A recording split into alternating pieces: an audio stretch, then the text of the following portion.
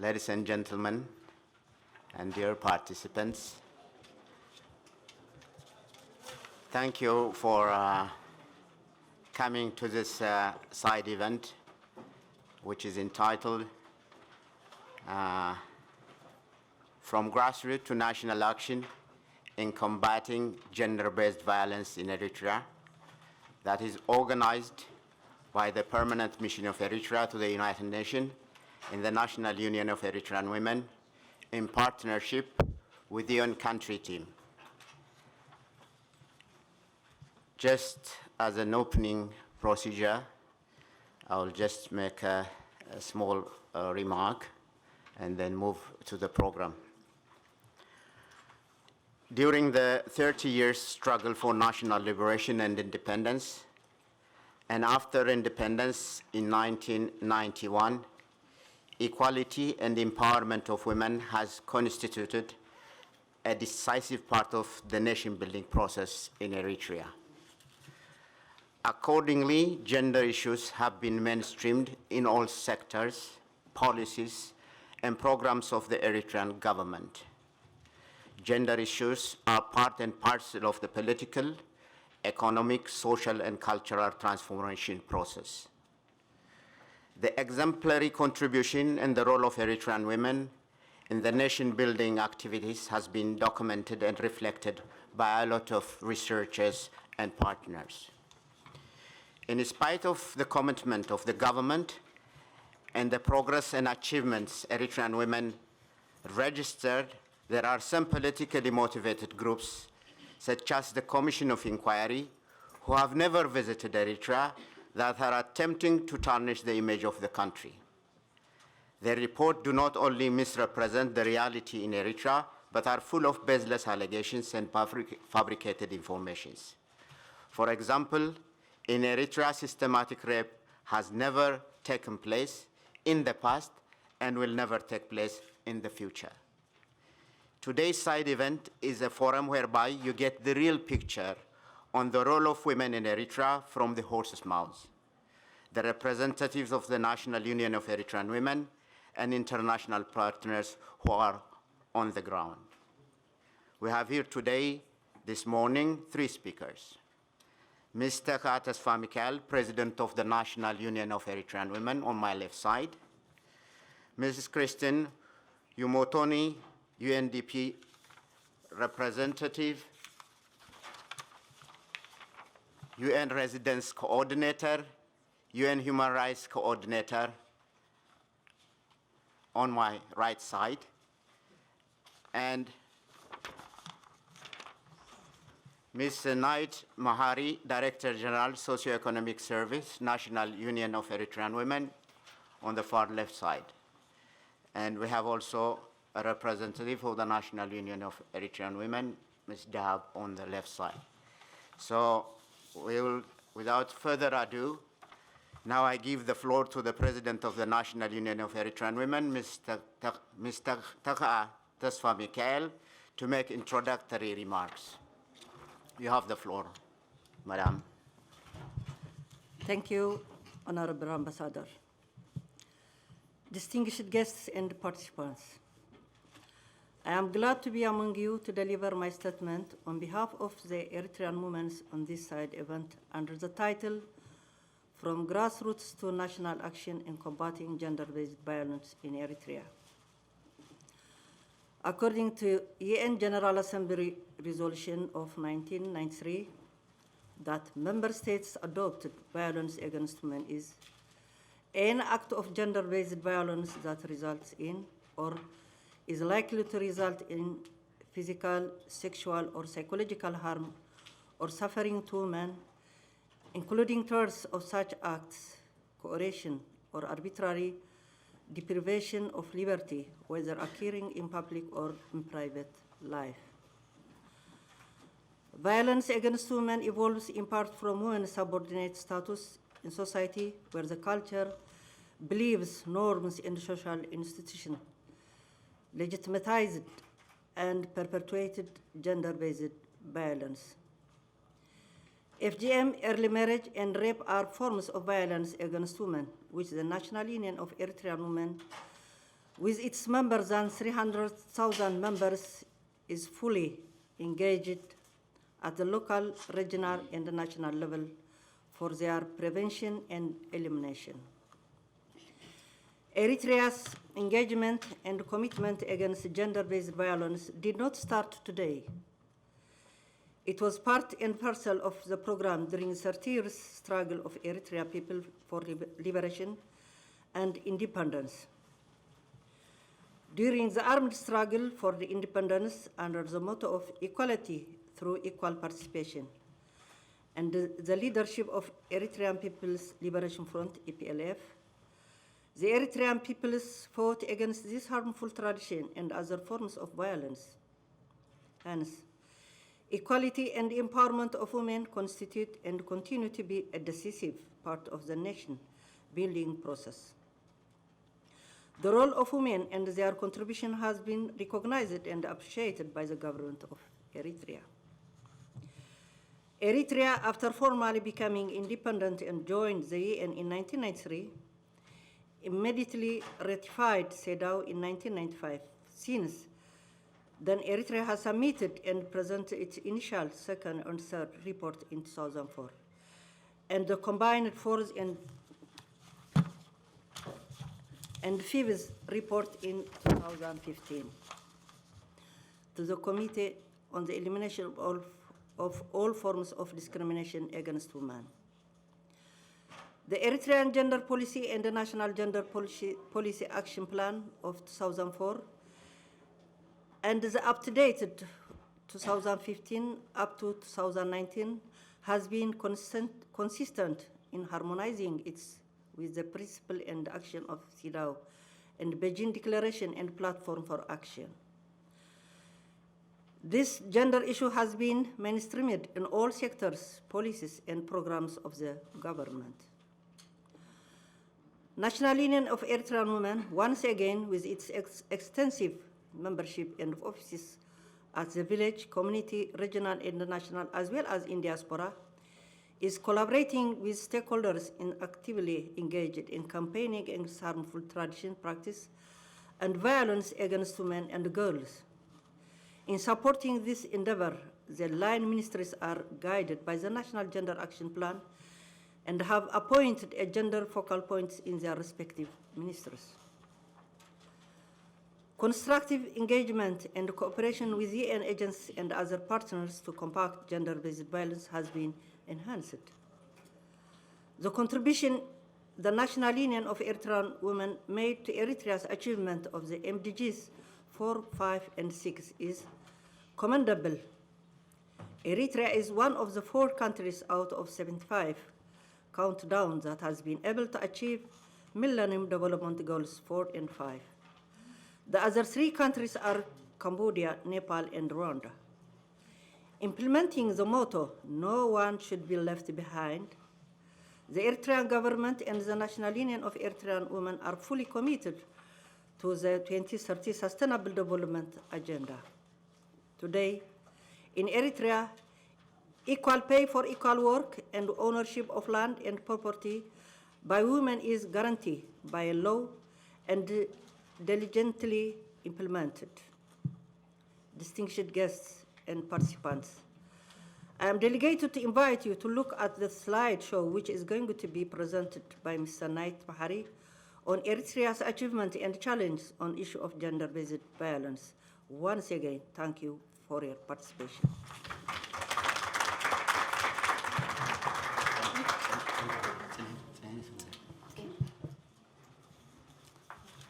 Thank you, Madam President.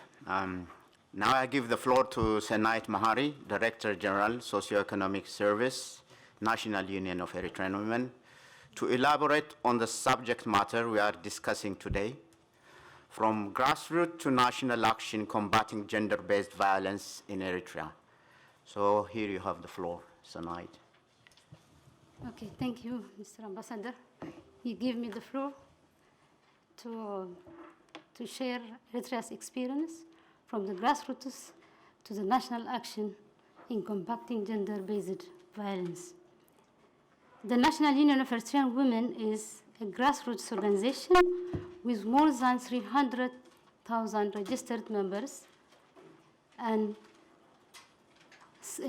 we do have offices in 6 regions, in 54 sub-regions and villages, and in different communities and colleges. And we do have chapters in diaspora, in Africa, in Central Asia, Europe, and America.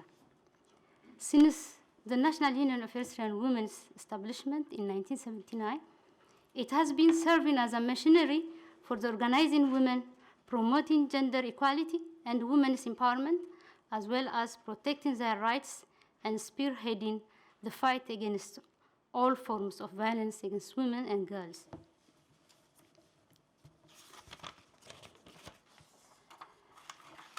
The objective of this presentation is to share the experience of Eritrean in tackling issues related to gender-based violence.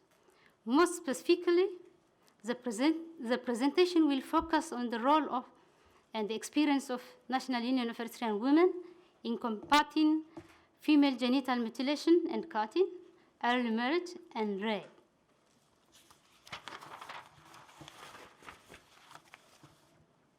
Let's have a look on the societal outlooks. Eritrea is a country with old progressive customary laws and traditions, many of which have been written several years or several centuries ago. Though Eritrea is a patriarchal society, Eritrean customary laws and practice do not tolerate violence against women and girls. Especially, rape is not tolerable. And have practices that aim at mitigating the effects of gender-based violence, as well as holding the offenders are not exempted from punishment. However, harmful traditional practices such as early marriage, white battering, female genital mutilation are issues that need continuous vigilance and commitment.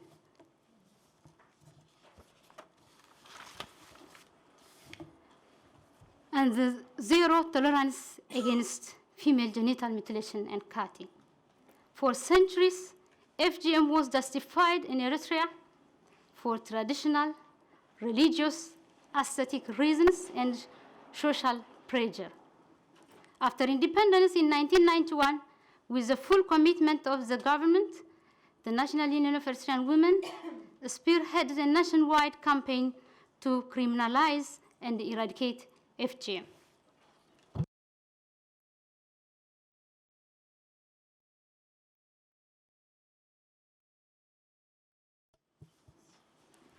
The campaign against FGM was organized into 4 phases. In phase 1, as we can see in the slide, it is community sensitization aimed at behavioral change. In Eritrea, FGM was a taboo. Community was not talking about these matters openly. In this stage, communities started to break the silence. We, as National Union of Eritrean Women, targeted community elders, religious leaders, decision makers, and the FGM circumcisers being mobilized in the first phase. In the second phase, people start to understand the consequences about FGM and increase their knowledge and take initiations to publicly declare stop FGM in their community. Then after, in phase 3, the implementation of law or the proclamation of law has been banned. During this time, communities and law officers were aware of how to implement the proclamation of FGM in 2007. After this, offenders have been punished according to the law. The fourth step was conduct studies on how the activities has been done with all stakeholders. We have been assessed the prevalence of FGM, As a result, the prevalence of FGM for age 5 and under dropped from 95% in 1995 to 12% in 2010. Even this number will be decreased if the national survey might be conducted, and sure, this year will be conducted, and we'll see very successful result.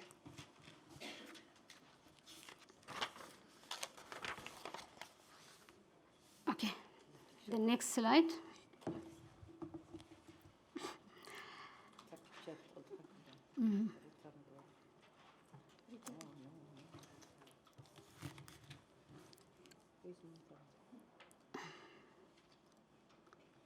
I think it's back. Okay. Practitioners, when there were a picture on the slide, when the practitioners were given oaths in front of the public that to committed to stop FGM after they have been mobilized and after they have been trained and educated. And the National Union of Eritrean Women, for these circumcisers, makes them, engages them in income-generating activities to survive their living, since they have been used FGM as income generation activity. Compacting underage marriage.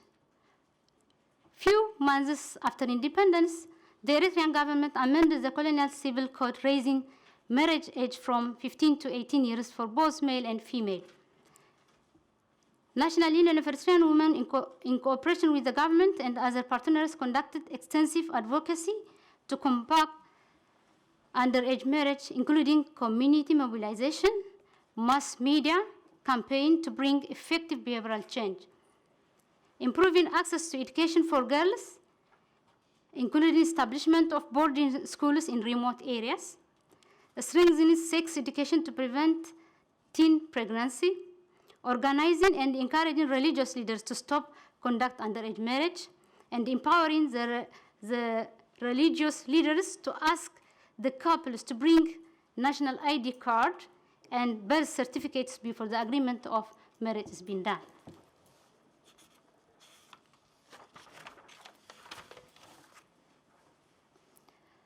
The rape, the societal taboo and a crime.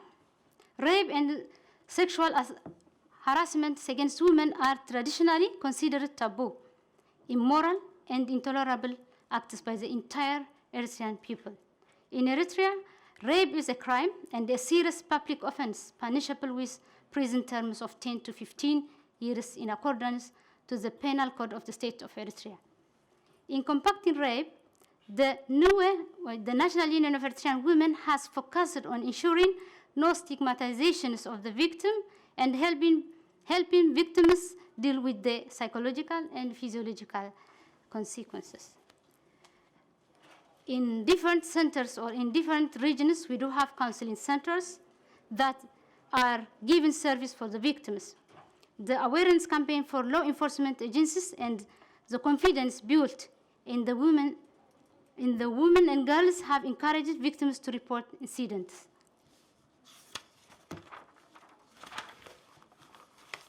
Okay, what we want to share in this side event is how we have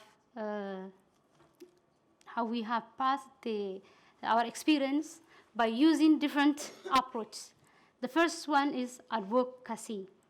Every year, the National Union of Eritrean Women conducts extensive public campaigns on violence against women, with parades, open debates, and panel discussions, as well as utilizing of all forms of mass media. 3 months published magazines, radio, and TV programs has been implemented. In 2015, National Union of Eritrean Women launched a nationwide 16-day intensive campaign on violence against women as part of the International Vow Day.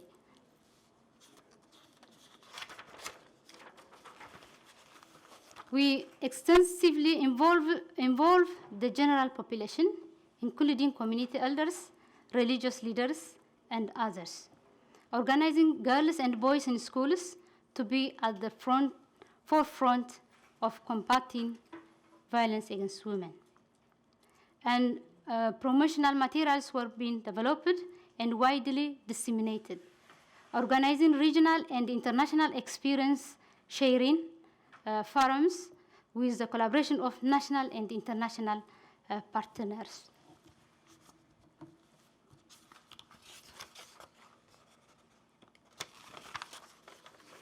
And this picture shows that the 16 days of activism, women and girls make their voice being heard to fight against gender-based violence in different cities and different areas in the country.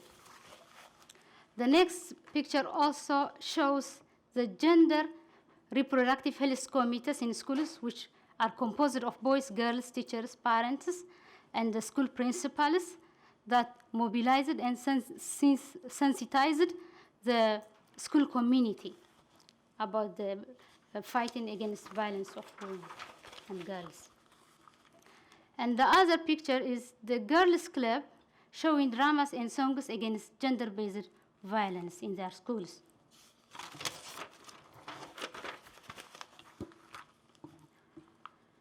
Okay, the multi-sectoral and community protection for women and girls. Women are in the center of the community. Women are protected. When we come to education, it is a tool for us to keep the values and norms of the society and make the community conscious on the human rights issue. Sex education is given in schools, in public meetings. When we come to the area of safety and security, since Eritrea is politically stable inside the country and safe for girls, women to enjoy their freedom, all the programs, policies, projects, and all institutions are gender friendly. They are gender sensitive. When we go back to the legal justice sector, women and girls have gender sensitive legal framework which guarantees their justice. Women have adequate access to health. When we come to the health, children get vaccinations, health personnel vigilant not to happen FGM, and in case of rape occurs, victims are protected. They do have protection by treatment, post-exposure prophylaxis within 72 hours, which has been given to the victims. And they are being protected from STD and unwanted pregnancy. Here, on this approach, National Union of Eritrean Women is playing a facilitating role among stakeholders and create synergy this approach to be effective.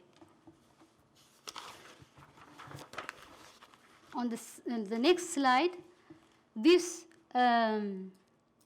is a structure which is being used to fight against violence, gender-based violence. When we say it is a bottom-up structure, a grassroots structure that supports initiative projects to be implemented by the lower grassroots villagers or promoters and go up the same way. And at national level, it will be using as a coordination between stakeholders and partners. But the grassroots is the implementers, and they are being supervising the newborn and underage marriage not to be happening.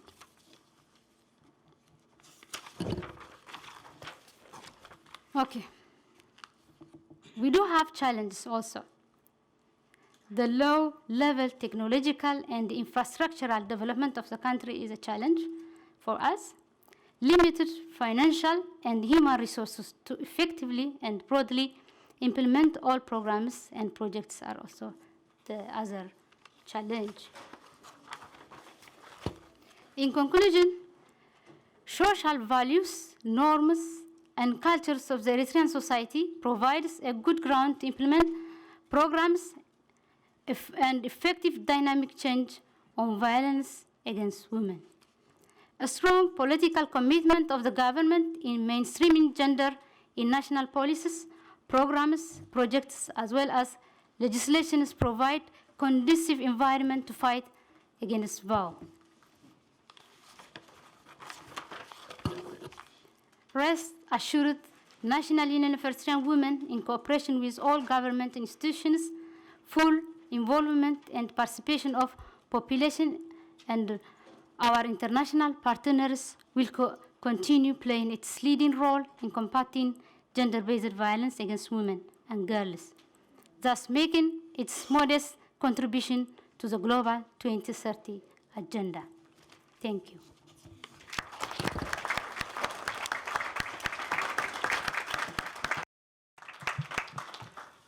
I think an elaborate explanations and deliberations what is really in reality taking in Eritrea. So I really thank her for the precise presentation that reflects the reality in Eritrea, especially concerning women and crimes that have been committed in the past have been challenged by the whole community and society.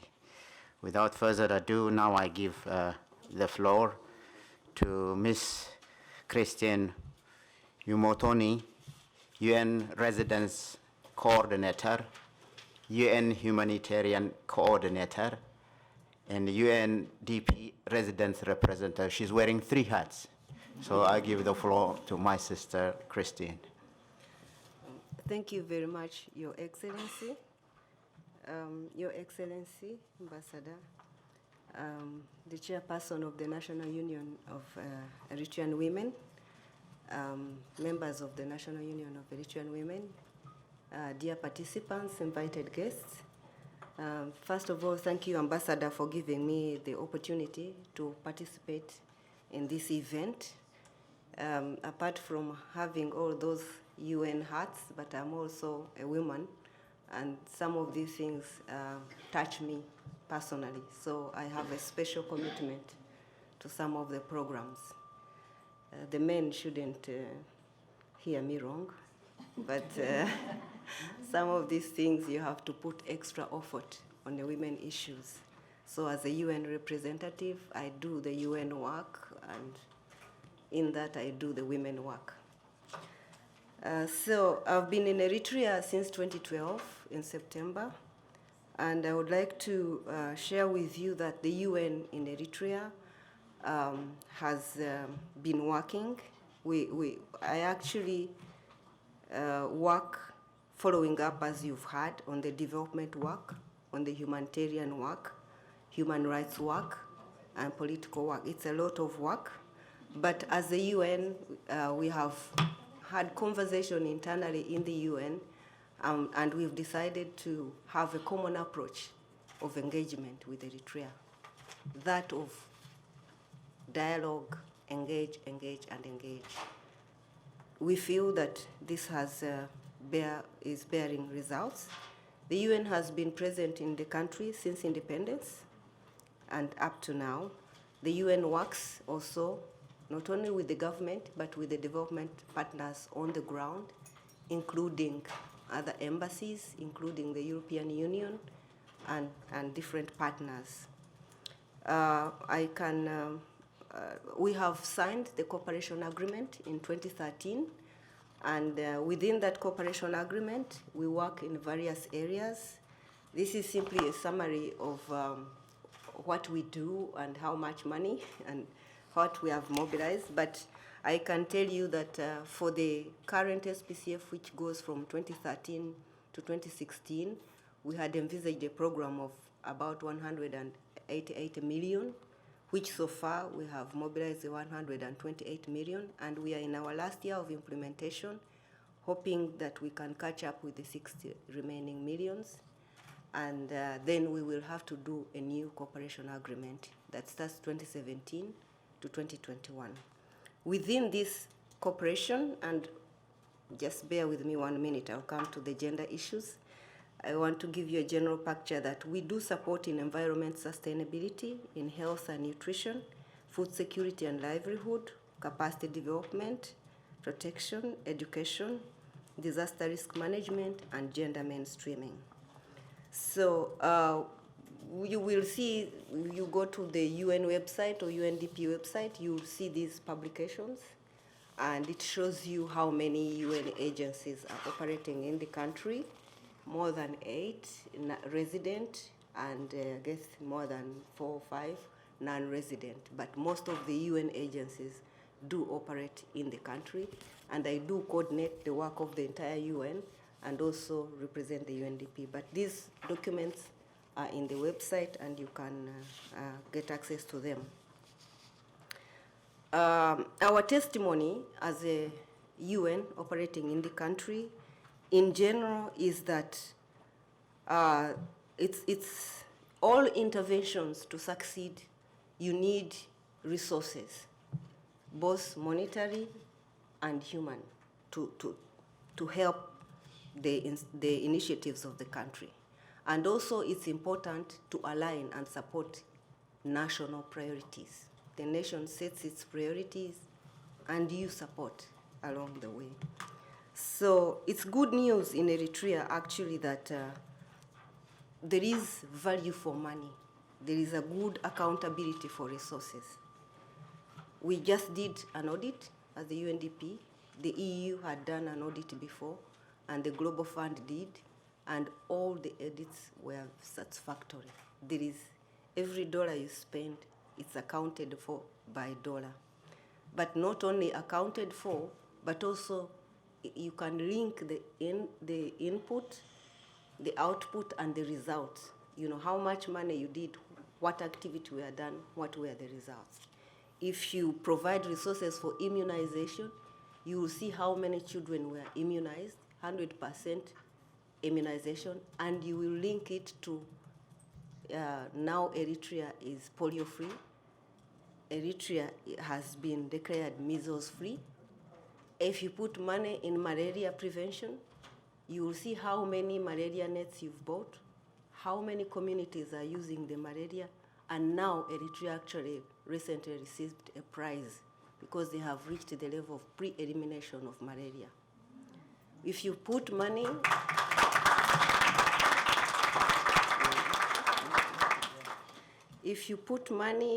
in micro dams on environment, you give money for a dam, you find a dam. In fact, last time we went for a monitoring trip, money for one dam was used to make 3 dams. We didn't we didn't know even how to report this in our thing, because in my previous experiences, you give money for a dam, you look for a dam, you can't find a dam. But here, that's the truth. So this is a very good incentive to support a population. But the biggest incentive in all this is that there is people who need these things. As you can see, we have women and children, we have, human beings, people in Eritrea who deserve this support. So the biggest drive around what we do is the human being, the Eritrean human being on the community, who not only need this, but who, when you do, they actually take it by all the enthusiasm and they do what they do. So specifically on gender, I would say lessons learned, because the details have been made by the previous speakers, and we do actually work to support the National Union of Eritrean Women. We are doing this in collaboration. You can see from the publications that we have helped them to produce. They were the first country actually to produce the Beijing +20 report, which was presented. It was among the first countries. The African Union applauds them for doing this in good time. You can access all this. Yeah. So, but the lessons we learned, and first of all, in general, regarding gender equality and some of these things you've heard about, I think for the Eritrean women, and they are here, they can say whether our analysis is true or wrong, but I think for the Eritrean women, the fact that they participated in the liberation struggle, for them was a double struggle. I think it was a struggle for independence and also a struggle for emancipation. I think it brought some result because it gives them confidence. It showed them that they can participate along their main counterparts in the toughest of the situation. So even in nation building, even while they set up a government and started work, these values, these energies, and these things don't go away. You know, you fought for it, you are not given on the silver plate, so you hold on to it. That's one thing. But also for the men, for the Eritrean men, I think it was a double benefit that, well, they gained independence, but they also were able to recognize the importance of women alongside them. Even if you put a blindfold or anything, you cannot fail to see it, that the women are participating the way they are participating. So for the men also it was a lesson that cannot go away from that. So I think they recognize them as, well, I can't say yet equal partners, but important partners. And I think the equality comes with time. And another thing that we saw as practitioners on the ground is the women leadership in Eritrea. Actually, you know, because the typical thing is that when you're looking for women leadership, you start to count how many ministers, how many members of parliament, how many what. In Eritrea, fine, they have some women ministers, they have leaders in the National Union of Eritrean Women and what. But what struck me most and what struck us as the UN is the women leadership at the local level, where we really look at.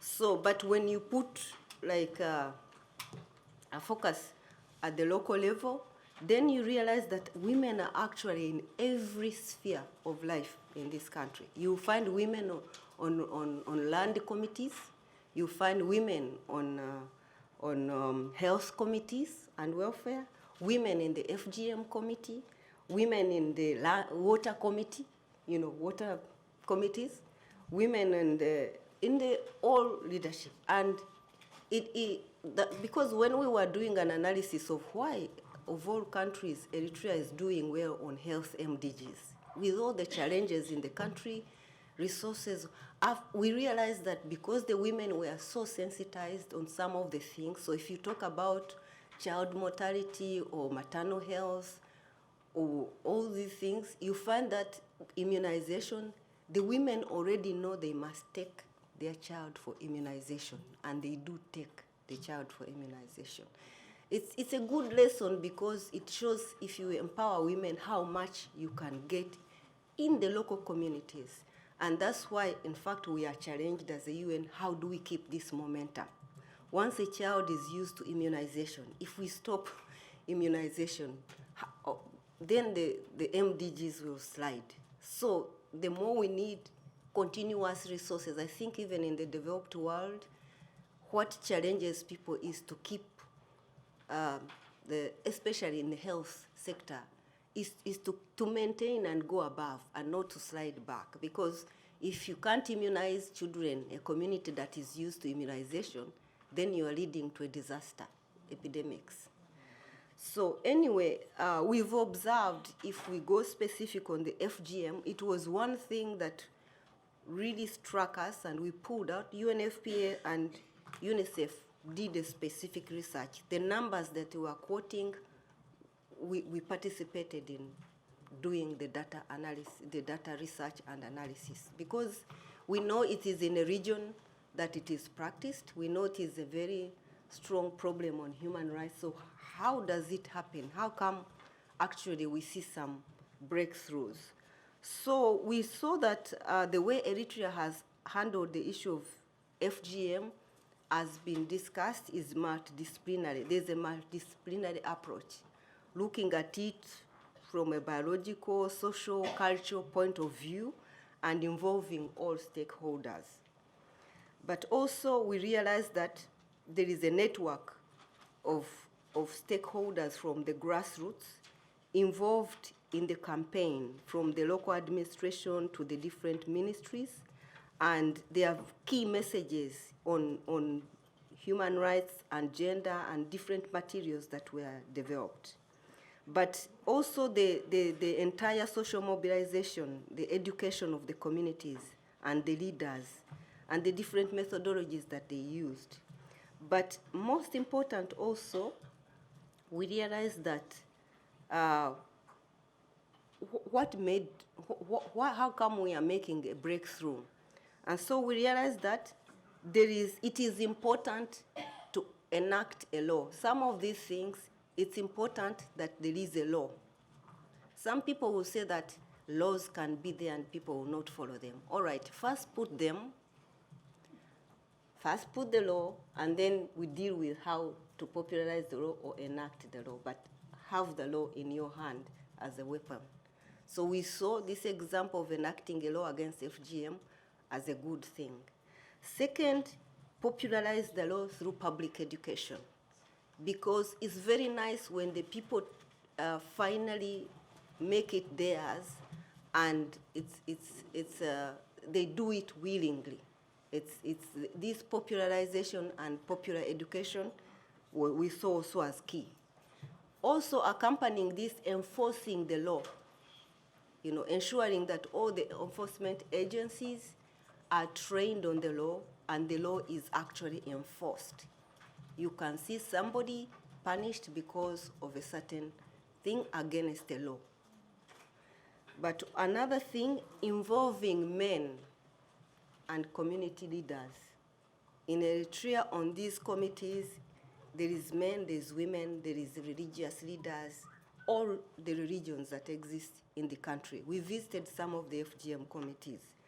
This also was a very good strategy, which I think works and unlocks some of the cultural things. But incentives, as you heard, some people used to do these things, do the cutting, because they are getting some money out of it, and then if you give alternative income to these groups of people, then somehow you give them an incentive to do away with that.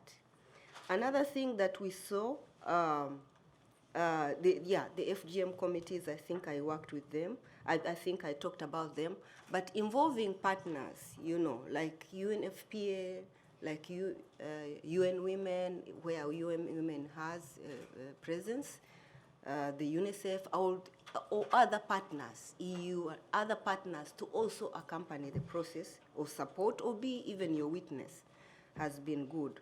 But the strongest thing that we saw is the political commitment, right from the President of the Republic, to notice that this is something important and to go behind it was something that we realized that we noticed this commitment. I know we did the Congress. We supported the National Union of Women's Congress, which alongside was a symposium where we invited women from the Comesa region. I think next time we have to invite from the Africa region.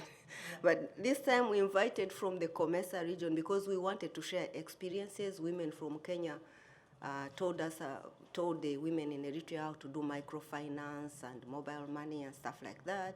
Women from Zambia gave a few other examples, Uganda, Rwanda, and different countries. And the Eritreans also shared this and actually took the women to the field to see some of these things. But in that meeting, the president was there and actually met with the women from the Comesa and also gave a statement during the Congress. It was a very good thing that encourages this kind of work. So maybe my minutes are almost, but as I mentioned, then we see various results. For example, from the Ministry of Water, Environment, we realized that 30% of the land bank parcels are distributed to disadvantaged women. From the Ministry of Education, we realized that there is 30% quota for girls joining tertiary and vocational training. we've realized that there is a focal person for gender in various ministries, and we worked very closely with the focal person at the Ministry of Agriculture, of Health and Education, just, as a test to see how this focal point mechanism works. And we found that it helps to mainstream gender into all those areas. But I could say that part of our work also has involved technical and financial support, especially for advocacy on all these matters and awareness, economic empowerment, especially microcredit schemes and some economic activities. We have also provided support to a number of almost all ministries to do a review and an evaluation for gender gaps and to readjust their policies towards better gender mainstreaming and better action plans. We've also supported establishing a gender research and resource center that serves as an information hub on gender issues in the country and how to help building the capacity.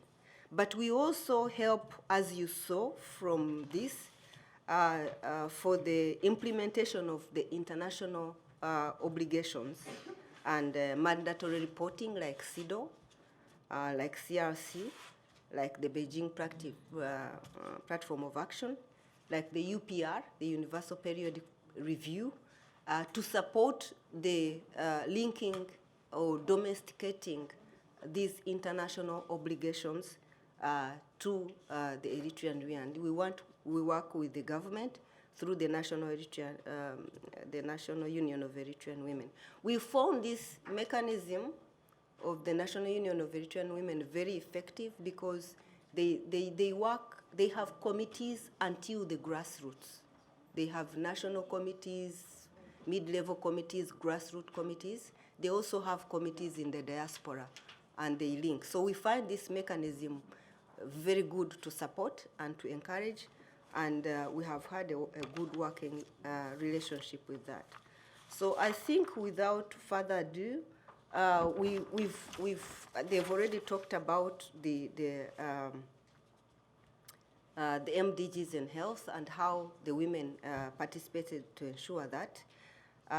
I won't go so much into the challenges. The gender journey is a long journey, but as a UN, we found it very useful to pick up what works. The challenges are so many in the country. It's a young nation, gained independence in '93.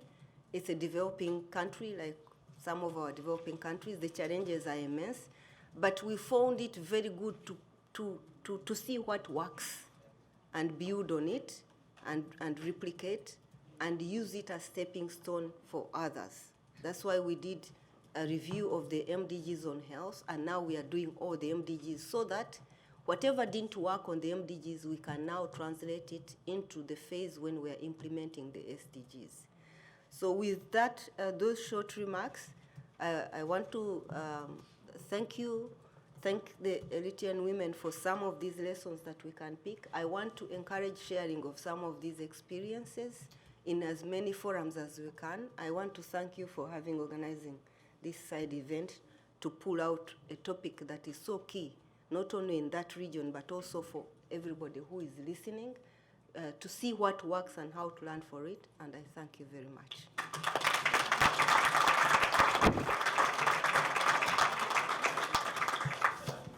Thank you, my sister Christine. She just underlined 2-3 points. She is on the ground.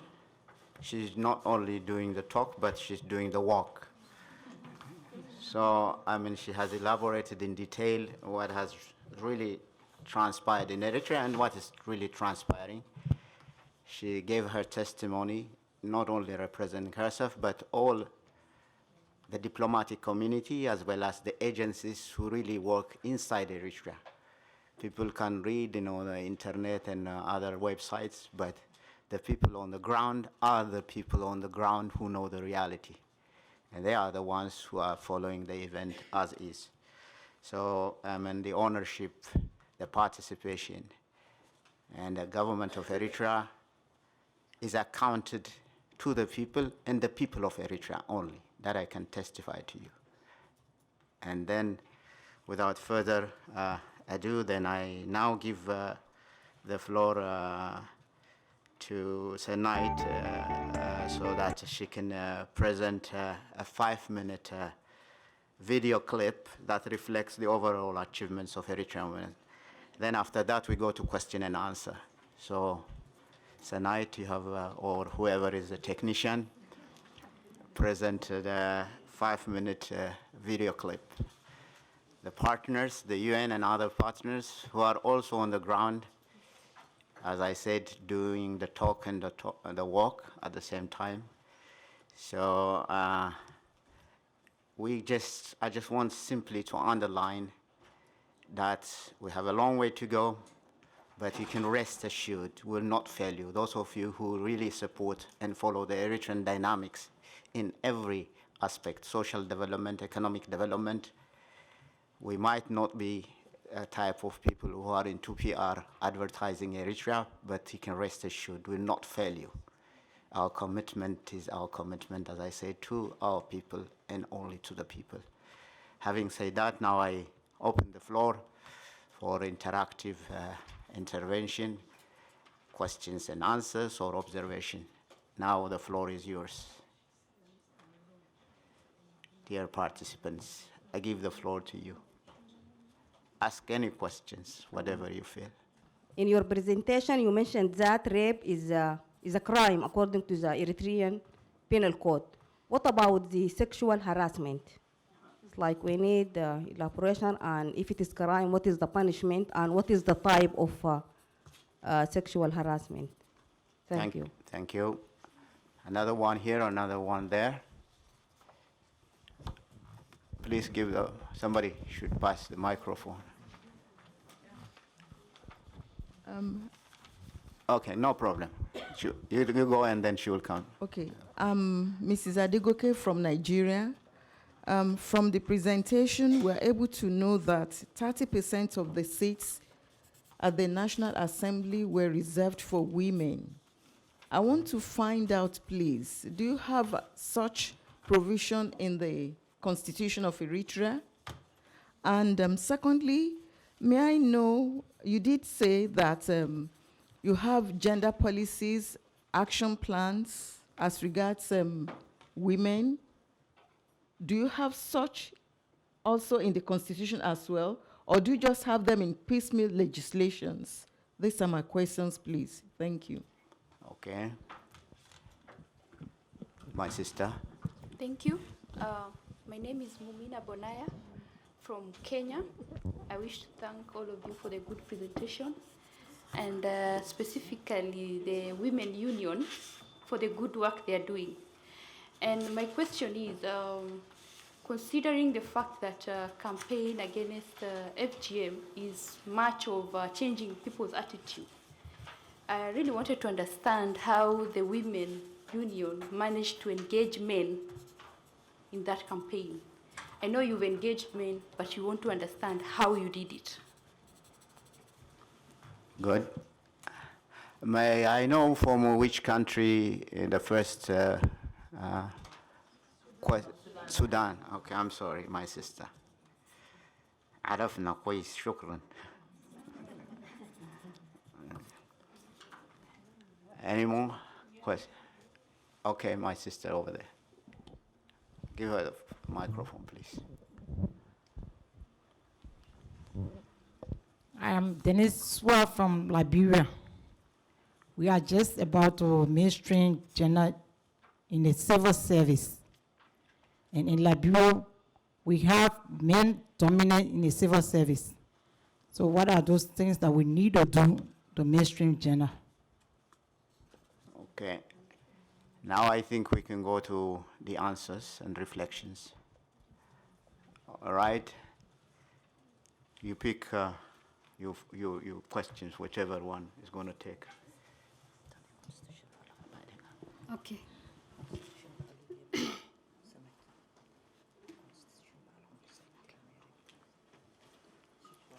Okay. If I'm clearly described, rape, not only rape, sexual harassment also, it's a crime in Eritrea. It is also a taboo, it's immoral, and it is punishable by law. It's not only the rape is punishable, even sexual harassment also be punishable. Okay, thank you.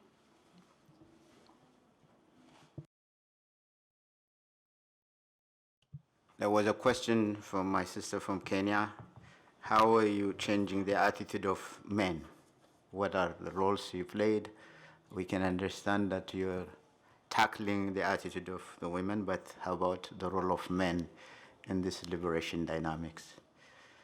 Telka was one of the commanders in the liberation struggle.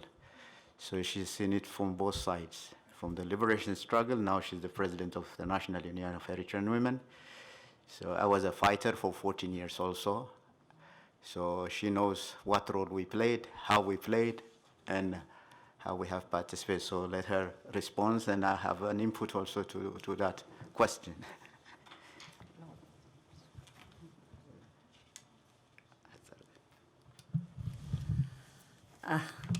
We came together, as our ambassador mentioned. So no doubt among us.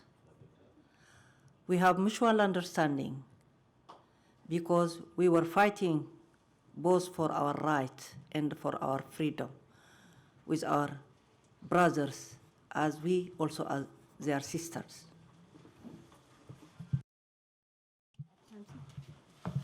She's another combatant who has been the younger, just a new generation, but the two are former combatants. Okay, thank you. As Teha told us, before the liberation, we were participating in all spheres of the organization. There was no activity that women didn't participate with men. They were combatants, they were doctors, they were teachers, everywhere. So we secured our position by participation. After liberation of the country, we made gender mainstreaming to the, there is a question which includes about gender mainstreaming. And we were synthesizing the ministries, and we made them make their sectoral policies gender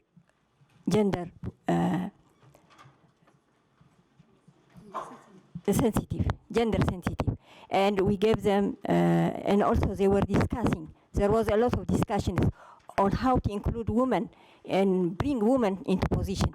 In some places, there are more men and less women, and they evaluated, and they saw the gap themselves, that women were not coming into the position. Why?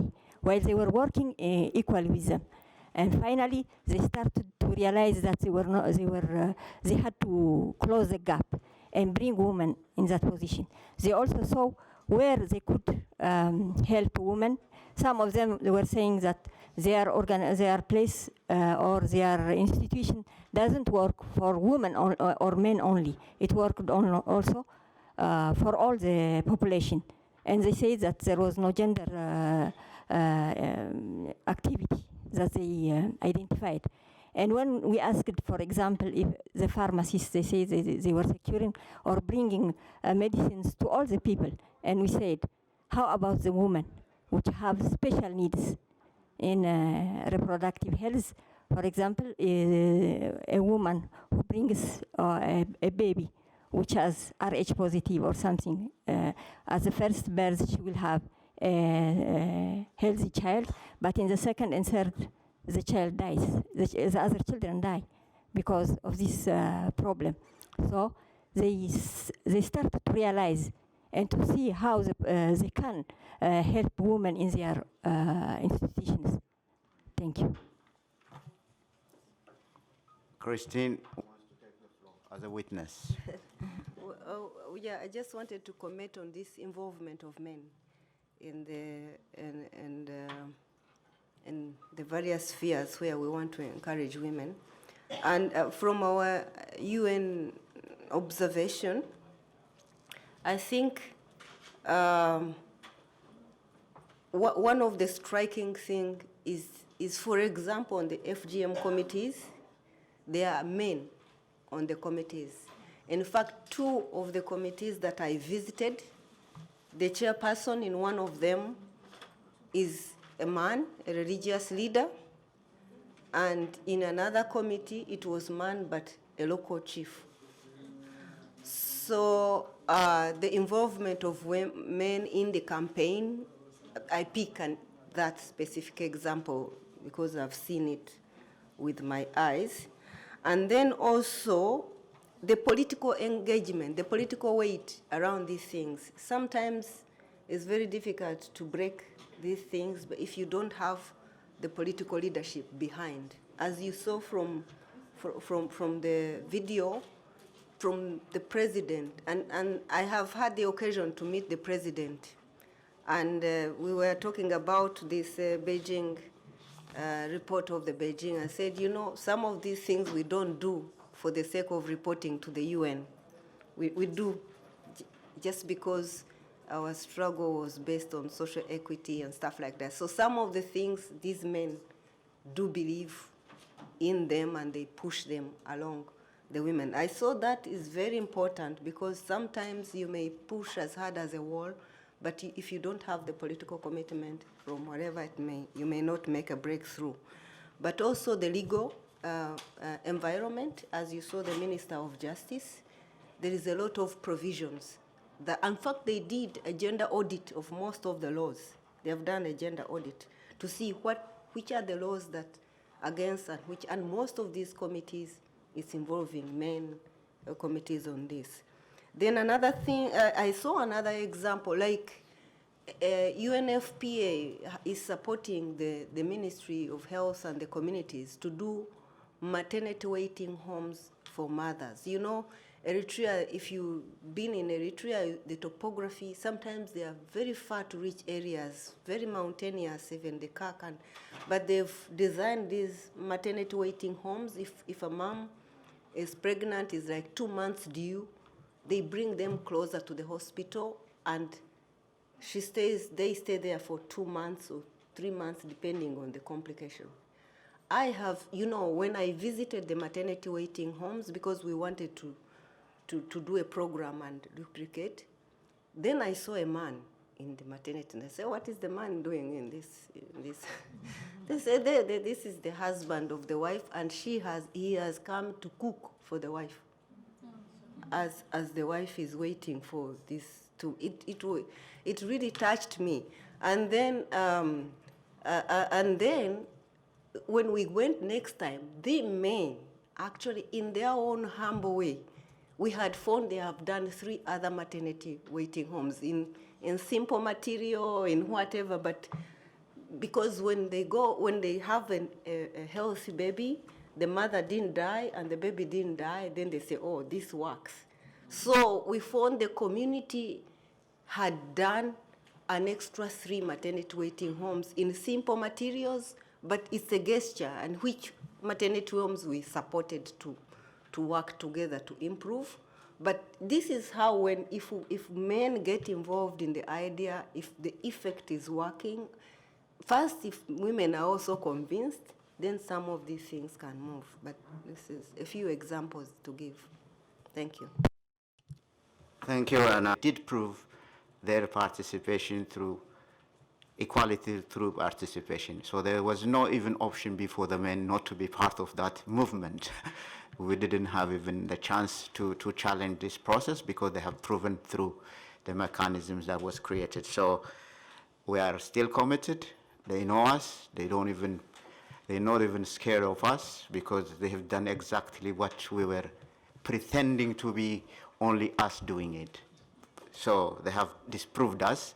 So we have to swallow the bitter pill, but we are swallowing it with pleasure, not with pain.